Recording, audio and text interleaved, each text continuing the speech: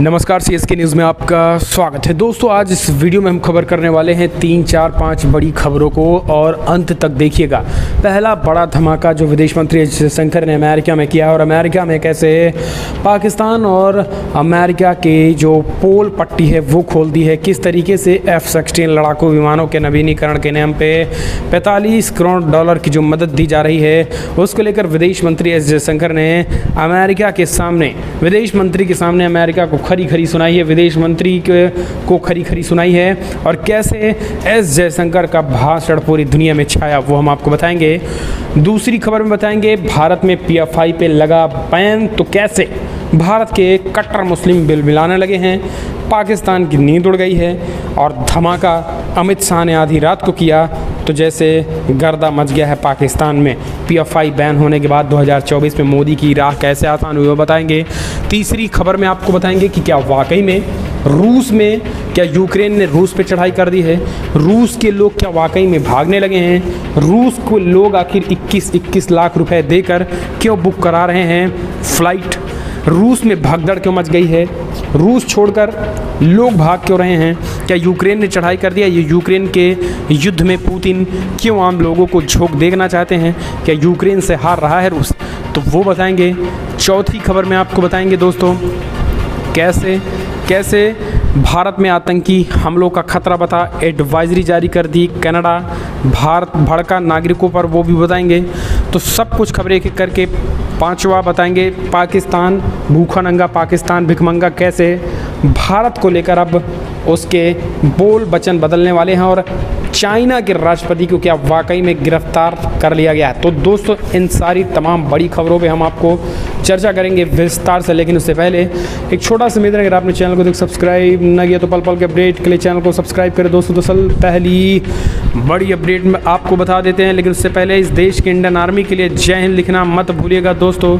इस देश की इंडियन आर्मी के लिए जिससे आप सुरक्षित हैं देश में, उसको जय हिंद लिखिएगा। चलिए पहली विस्तार से खबरें जान लेते हैं दोस्तों। आपको बता दें, इन दिनों भारत के विदेश मंत्री एस जयशंकर अमेरिकी दौरे पर हैं। विदेश मंत्री अमेरिकी दौरे पर हैं और अमेरिका के विदेश मंत्री से एस जयशंकर ने मुलाकात की, लेकिन अमेरिका में विदेश मंत्री का होना अब एक तरीके से धमाल मचा रहा है। एक बार फिर से चर्चा का विषय बन गए हैं विदेश मंत्री एस जयशंकर। एस जयशंकर एक बार फिर से जो है वो चर्चा में इसलिए हैं क्योंकि उन्होंने भारत और खास करके अमेरिका के विदेश मंत्री को खरी सुना दी है पाकिस्तान के मुद्दे पर। दरअसल पाकिस्तान को F-16 लड़ाकू विमानों के नवीनीकरण के लिए अमेरिका जो है वो 45 करोड़ डॉलर की मदद देने के लिए अमेरिकी फैसले पर अब तक की सबसे कठोर टिप्पणी की है भारत के विदेश मंत्री एस जयशंकर ने। कहा कि आप बेवकूफ़ किसे बना रहे हैं, सब जानते हैं कि ये पैसा कहाँ खर्च होने वाला है। एस जयशंकर ने टिप्पणी में ये भी टिप्पणी वाशिंगटन में अमेरिकी भारतीय समुदाय की ओर से आयोजित एक समारोह में की, लेकिन इसकी अहमियत इस वजह से भी है संयुक्त राष्ट्र महासभा की बैठक में शामिल होने विदेश मंत्री और उनके बाद भी 3 दिन वहाँ रुके और अमेरिकी विदेश मंत्री एंटनी ब्लिंकन समेत कई महत्वपूर्ण व्यक्तियों से उनकी मुलाकात हुई। साफ है कि विदेश मंत्री के इस तेवर की झलक उन बैठकों में भी दिखी होगी और ये तेवर न तो अकारण है और न ही अवास्तविक। आतंकवाद के सवाल पर पाकिस्तान का लापरवाही भरा रवैया जग जाहिर है, भारत को इसका मुख्य शिकार रहा है, अन्य देश भी इसके गवाह रहे हैं, खुद अमेरिका भी इस पर आपत्ति जताता रहता है। 2018 में तत्कालीन अमेरिकी राष्ट्रपति डोनाल्ड ट्रंप ने पाकिस्तान को $2 अरब के सुरक्षा सहायता स्थगित कर दी थी। समझिए, $2 अरब की सुरक्षा सहायता स्थगित कर दी थी। इसके कारण ये भी बताया था कि अफगान तालिबान और हक्कानी नेटवर्क जैसे आतंकवादी समूहों पर कारगर कार्रवाई नहीं हो पाना और ना ही अपने वहाँ उनके सुरक्षित ठिकाने नष्ट कर पाता है। इसके बाद भी ये पहला मौका है जब अमेरिकी विदेश मंत्रालय ने पाकिस्तान सरकार को फॉरेन मिलिट्री सेल मंजूरी की है। आपको बता दें, इन सब के पीछे जो है वो पाकिस्तान ये दलील दे रहा अमेरिका के सामने कि हमने अफ़गानिस्तान में आतंकी अड्डों को अमेरिका को बताया है और अमेरिका ने ये कहा था कि आप हमें आतंकियों की पहचान कराएं अफ़गानिस्तान में जो हैं, आपके एयर स्पेस से हम घुस कर मारेंगे और यही हुआ था। हालांकि आपको बता दें, अमेरिका को पाकिस्तान ने अफ़गानिस्तान में बैठे आतंकियों के लिए तो एयर स्पेस खोल दिया है, लेकिन पाकिस्तान में बैठे उन आतंकियों के बारे में इमरान खान, पाकिस्तान की सरकार चू से पू तक नहीं कर रही। यही कारण है कि भारतीय विदेश मंत्री एस जयशंकर ने करारी लताड़ लगाई है अमेरिका को भी और कहा है कि आपका ये पैसा भी आतंकवाद में जाएगा। F-16 के लिए भले ही ये पैसे आप दे रहे हैं, लेकिन आतंकी 50% का इसका पैसा डकार जाएंगे। तो ये सीधा सीधा जो है इस पैकेज को लेकर जमकर उन्होंने बड़ा बयान दिया और यही कारण है कि इस तरीके से स्ट्रिक्ट वर्ड जो है, स्ट्रिक्ट जिस तरीके से खिंचाई की उसकी चर्चा अब दुनिया भर में है। तो विदेश मंत्री साहब के लिए एक लाइक बनता है। चलिए एक और खबर चर्चा कर लेते हैं दोस्तों। पॉपुलर फ्रंट ऑफ इंडिया 5 सालों के लिए पीएम मोदी गृह मंत्रालय ने प्रतिबंध लगा दिया। मोदी सरकार ने popular front of India PFI और उससे जुड़े संगठनों के कड़े आतंकवाद रोधी कानून के तहत 5 सालों के लिए प्रतिबंध लगा दिया।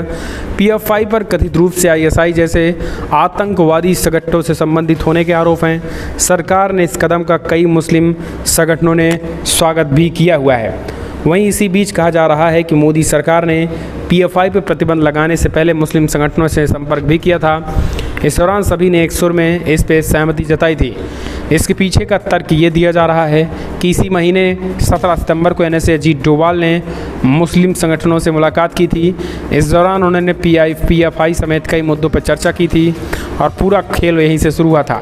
एनएसए और इंटेलिजेंस ब्यूरो के अधिकारियों ने इस्लाम के देवबंदी, बरेलवी और सूफी संप्रदायों का प्रतिनिधित्व करने वाले देश के सबसे बड़े मुस्लिम संगठनों की राय ली। ये सभी संगठनों ने एक सुर में कहा कि पीएफआई भारत में सांप्रदायिक फ़ायदा उठाने के लिए अपने चरमपंथी अभियान के साथ अखिल इस्लामी संगठनों के वहाबी सलाफ़ी एजेंडे का पालन कर रहा है। 2047 यानी जब भारत की आज़ादी के 100 साल होंगे, तब तक भारत को इस्लामी राष्ट्र बनाने की ये पूरी तैयारी थी और भारत को 2047 तक जब भारत की आज़ादी के 100 साल रहेंगे, तब भारत को कहीं ना कहीं एक तरीके से इस्लामी राष्ट्र बना करके भारत को पूरी तरीके से एक कहीं ना कहीं हम कह सकते हैं कि मुद्दों और देश को झोंक देना था। और यही कारण है कि ये चीज़ें कहीं ना कहीं एक तरीके से ये बड़ी खबर निकल के आई है और यही कारण है कि अब देश पूरी तरीके से सुरक्षित महसूस करे और यही कारण है कि पीएफआई पर जो है अब प्रतिबंध लगा दिया गया है। हम चलते हैं, एक और अपडेट निकल के आई है। रूसी सेना में बुलावे से बचने के लिए जॉर्जिया भाग रहे लोग। सैटेलाइट इमेज में बॉर्डर पर दिख रही गाड़ियों की लंबी लंबी लाइनें। दोस्तों दरअसल आपको बता दें, बड़ी खबर निकल के आई एक और चीज़ें। क्या वाकई में पुतिन हार गए हैं? क्या यूक्रेन ने रूस पे चढ़ाई कर दी है? तो समझिए इस बात को पहले। दरअसल दोस्तों आपको बता दें, इस समय बड़ी सोशल मीडिया समेत तमाम खबरें ये कही जा रही हैं कि रूस छोड़ लोग भाग रहे हैं। तो चलिए हम इसके पीछे की आपको सच्चाई बता देते हैं। दरअसल आपको बता दें, रूस छोड़ लोग भाग क्यों रहे हैं? क्या वाकई में पुतिन आम लोगों को जो है वो सेना में धकेल देना चाहते हैं? क्या पुतिन जो है वो आम लोगों को सेना में ढकेल यूक्रेन के खिलाफ युद्ध करवाना चाहते हैं? तो इसका जवाब सुन लीजिए, आखिर कौन सा कानून जो है वो नया रूस ने पारित कर दिया है, जिससे अब रूस के हर एक नागरिक को लगभग सेना में से कहीं ना कहीं एक तरीके से अपनी मदद देनी होगी। दरअसल आपको बता दें, रूस के राष्ट्रपति व्लादिमीर पुतिन के सैनिकों की लामबंदी के ऐलान के बाद वहां हलचल हो गई है। पुतिन के ऐलान के बाद से लोग रूस छोड़ने की फिराक में हैं। जिन्हें फ़्लाइट मिल रही है वो उससे जा रहे हैं, लेकिन सैकड़ों ऐसे भी हैं जो सड़क के रास्ते ही रूस छोड़ने की तैयारी में हैं। न्यूज़ एजेंसी के मुताबिक रूस के सैकड़ों लोग पड़ोसी देश जॉर्जिया भाग रहे हैं। न्यूज़ एजेंसी ने स्थानीय मीडिया के हवाले से बताया है, रविवार को जॉर्जिया जाने की सीमा पर 3000 से ज़्यादा गाड़ियाँ खड़ी देखने को मिली। इस साल 24 फरवरी को यूक्रेन के साथ जंग के ऐलान के बाद से ही हज़ारों लोग रूस छोड़कर जॉर्जिया आ चुके हैं। सरकारी आंकड़ों के मुताबिक 24 फरवरी से अब तक जॉर्जिया की राजधानी तबिलिसी में 40,000 ज़्यादा रूसी नागरिक आ चुके हैं। हालांकि सबसे बड़ी बात ये तब हुई जब यूक्रेन ने रूस पे चढ़ाई करना शुरू कर दिया है। यानी जितनी ज़मीनें, जितने भूभाग पे कब्जा रूस ने किया था, उन तमाम भूभागों को यूक्रेन ने आज़ाद करा लिया है। अब चंद स्टेट बचे हैं जिन पर रूस ने कब्जा किया है और यूक्रेन के पास अमेरिका ने खतरनाक वेपन दे रखे हैं। जो अत्याधुनिक हथियार अमेरिका ने मुहैया कराए हैं यूक्रेन को, उसके दम पर रूस के खिलाफ जो है वो लगातार लड़ाइयाँ यूक्रेन लड़ रहा है। और यही कारण है कि अब हालात ये है कि 80,000 से ज़्यादा रूसी सैनिक मारे गए हैं, जबकि 10 से 12,000 यूक्रेनी सैनिक मारे गए हैं। सबसे ज़्यादा हथियार नुकसान रूस के हुए हैं और यही कारण है कि कुछ और 3 लाख के करीब और लोगों को सेना में भर्ती करने की तैयारी में पुतिन लगे हुए हैं। तो आम लोगों को भी सेना में भेज रहे हैं, जिस वजह से लोग घर छोड़कर दूसरे देशों में शरण लेने की तैयारी करते हुए दिखाई दे रहे हैं। फिलहाल अब आप इसे कैसे देखते हैं, अपने सुझाव दें। एक और अपडेट लेते हैं दोस्तों। पाकिस्तान पूरी तरीके से पाकिस्तान की हालत ख़राब हो चुकी है। अब पाकिस्तान भारत से व्यापार करने के लिए गिड़गिड़ा रहा है। दोस्तों दरअसल आपको बता दें, पाकिस्तान लगातार भारत को लेकर जो है वो आक्रामक रहा, लेकिन आज हालात बद से बदतर हो चुके हैं। पाकिस्तान पूरी तरीके से कंगाली की कगार पे आ गया है और यही कारण है कि अब भारत से वो रहम की भीख मांग रहा है। पाकिस्तान भारत से व्यापारिक रिश्ते चालू करने की बात कर रहा है, ताकि जो दवाइयाँ हैं, जो सब्जियां हैं, जो दूध दही हैं, वो कहीं ना कहीं सस्ते मिल सकें। खाने के लाले पड़े हैं, लोग भूख से मर रहे हैं। आतंकी फैक्ट्री कहे जाने वाले पाकिस्तान अब घुटनों पर आ गया है। कश्मीर राग तो छोड़िए, कश्मीर को लेकर यूएन में भले ही मुद्दा उठाया, लेकिन भारत से व्यापारिक रिश्ते चालू करने के लिए अमेरिका में बैठे विदेश मंत्री एस जयशंकर से पाकिस्तान के विदेश मंत्री मुलाकात करना चाहते हैं। दरअसल आपको बता दें, एससीओ में प्रधानमंत्री मोदी, नरेंद्र मोदी और पाकिस्तान के प्रधानमंत्री शहबाज शरीफ भले ही न मिल पाए हों, लेकिन अमेरिका पहुंचे भारतीय विदेश मंत्री से पाकिस्तान का विदेश मंत्री मुलाकात करना चाहता है और भारत से व्यापारिक रिश्ते शुरू करना चाहता है। यही कारण है कि पाकिस्तान में जिहादी संगठनों ने अब आपदा में अवसर ढूंढकर एक तरीके से कट्टरपंथी, चरमपंथी और आतंकियों को वहां बनाया जा रहा है। और यही कारण है कि ये चीज़ें कहीं ना कहीं और ख़तरनाक सिचुएशन में हो सकती है। फ़िलहाल दोस्तों, जिस तरीके से PFI पे ताबड़तोड़ बैन लगी, उसे आप कैसे देखते हैं? कमेंट के माध्यम से आप अपने सुझाव देना ना भूलें। कई मुस्लिम संगठनों ने मोदी जी के PFI बैन का स्वागत भी किया हुआ है और NSA अजीत डोवाल गृहमंत्री अमित शाह का ये एक्शन आपको कैसा लगा? कमेंट के माध्यम से अपने सुझाव दें। मुझे अभी ये सूचना मिली है कि भारत सरकार ने PFI और उसके सहयोगी संगठनों पर प्रतिबंध लगा दिया गया है।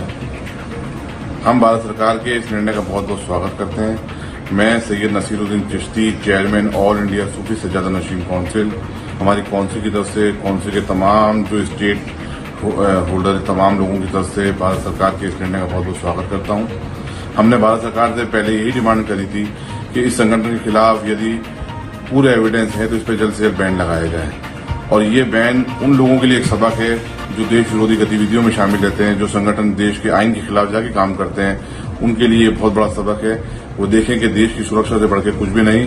हम भारत सरकार के इस निर्णय का बहुत बहुत स्वागत करते हैं। मैं देश के युवाओं से, खासतौर से मुसलमानों से अपील करता हूं कि भारत सरकार के इस निर्णय को बहुत पॉजिटिव वे मिले। ये देश हित में बहुत जरूरी था।